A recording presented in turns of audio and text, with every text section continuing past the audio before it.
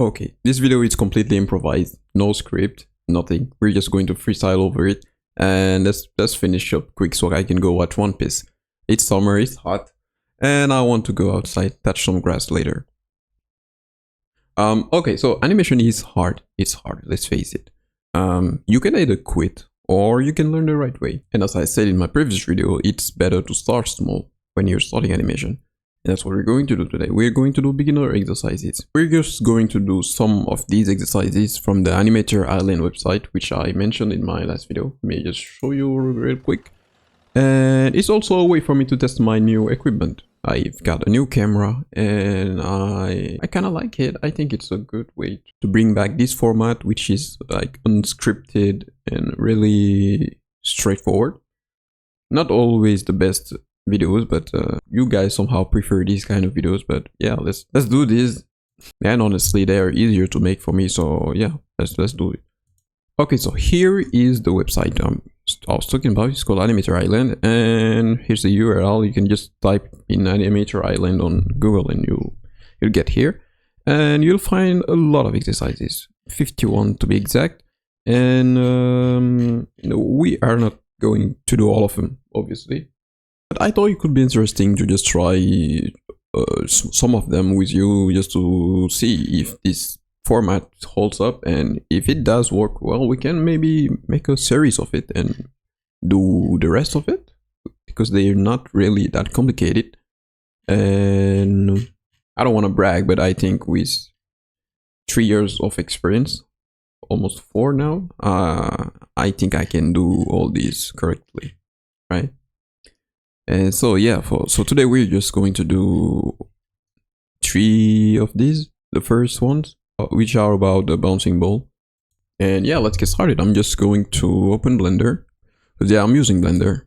Anybody subscribed for a long time here on the channel knows I mostly use Blender. I also do use Clip Studio sometimes, but I just like how simple Grease Pencil is, and that's why I use Blender. So if you're using Blender, you're just going to click on 2D animation. If you're using another software, yeah, I guess you know how to open an animation file. So I'm not going to tell you. So here we are in Blender, and I'm just going to plug in my tablet. I'll see you in a few seconds. Okay, so I am all set, and let's just check one more time the animation exercise we're going to do. The first one, which is the ball bouncing in place. It's a loop. So yeah, I'll show you and I'll tell you how to do this. So here in Blender, I'm just going to create, oh, I already have the layers. I'm just going to disable these, and this is going to be, I can just call it background, BG like background, and I'll just use the line. I'm going to change real quick the brush and set it to pen. I'm not going to go exactly on all the details about the tools about Blender, because I've already had a video about that, and I'll just put it in the link of this one. And also I've been talking about this a lot in many videos, so yeah. But if you watch that video, you'll have all the tools you need. That's actually the name of the video. You'll have everything you need to do the animation in Blender. So I'm just going to draw this line and use it as a background. And here I'm going to draw my frames here. Okay, let me just disable this. I don't want this. Okay, so the ball bouncing loop is a very basic exercise that beginners do when they're getting started to animation. So it's actually very simple. All you have to do is like make a ball bounce. Like, that's all. So I'm just we could use this tool, but I don't know, I just like to draw the wall myself, even though it's going to look wonky. So I am going to make it start, actually I'll just make it start a little higher. By the way, I also have the screencast key here turned on, so you can see the shortcuts I'm using. And as I said, I already have a video about all of these, so feel free to check it out if you want to know. Oh, what is this? Okay, I don't need to save it, so that was just the save screen. I don't need that. Okay, so let's do this quick. Here's the first frame, and what I'm going to do is I'll go just a few frames later, just two frames later. Actually, no, what? Let me just zoom in here so I can see better. Let's go 2 frames later, and I'll just duplicate this frame, and I'll just move the drawing a little further down, and yeah, just to get started moving. So what I'm going to do is I'll make it fall slowly at first. Here we are setting off. This is the beginning of the motion. So the ball is like beginning its fall, so it's going to happen a little slowly. That's why I'm keeping these drawings close together. But you'll see that later on it's going to get further apart, and I'll also show you some of the animation principles we discussed in the last video, which I invite you to check out. Well, I talked about most of the animation principles you'll need to know as a beginner, and yeah, we'll see some of those here today. And yeah, so we have these two drawings that are close together as we want the motion to be slow. So when you want something, when you want the action to be slow, you have to not only have the keyframes be at a certain distance, which I also discussed about the last video,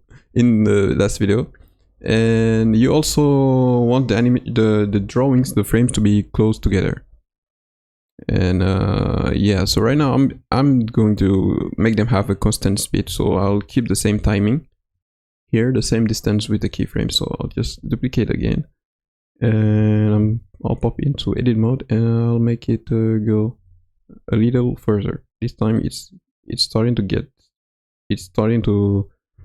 more speed, and 2 frames later I'll just duplicate again, and this time I want it to go really far here. This is what it looks like, and you can see it's how it slowly gets some speed.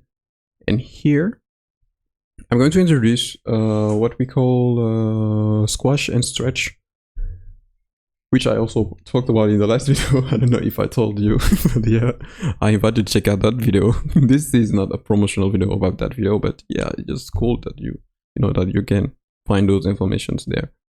And yeah, anyway, so squash and stretch is a principle of one of the 12 principles of animation, and basically it's just a way to communicate weight to the audience that's watching the animation. So it's a way to tell people the consistency of this object here. So here we don't know what exactly how solid the ball is. We don't know if it's a hard ball or it's a soft ball, like a balloon filled with water. And yeah, so with that principle of animation, which is called squash and stretch, we can tell the audience by stretching the object a little. So typically objects that can stretch like this are mostly the soft type. So I don't want to exaggerate a little too much on this stretch. So when the stretch happens, when the object really gains a lot of speed and it's really close to its impact, sorry. So I might have made it a little late, but let me just put this one a little higher here, so I can make the stretch happen earlier around here. So I'm just scaling the ball. Oh, sorry, that's a reflex I'm used to. Well, the stretch is a bit aggressive, but you get the idea, you know. Objects that are like soft like this tend to stretch when they gain speed due to their constitution. And yeah, and then when they hit the ground, which is going to happen in the next frame. Okay, you know what, I'll just make it stretch a little further before let's say the ground is here a little lower. And yeah, it's gonna happen really quick, so I'll just put it right after this frame.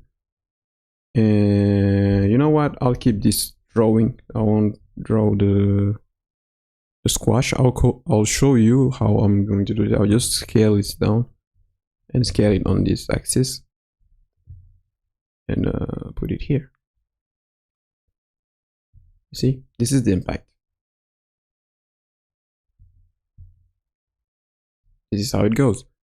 Yeah. Okay, let's continue now. Let's make it go back up. I think we could use the same frames, but you know what? That's what we're going to do. Let's just duplicate this one, and yeah.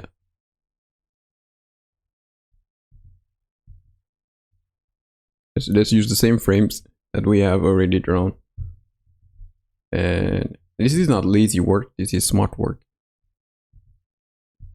Not trying to justify myself here, but yeah, you get the idea. In animation, if you can cut corners, do it, because it's hard. So I have most of the frames I want, and at the end I'll change it a little. I'll do something that we call ease out, which is slow the animation. Let me show you. Let me just take this one here, and when we reach the top here in this frame, I'm just going to slowly set it here. I'll make it a little higher so it will look like a loop. I'll create a new one here, and you see it slowly gets to its peak 8. And sorry again. And I'm just going to reduce this down to the number of frames we have. 25. Okay, so the loop is complete now. See? Light work, no reaction.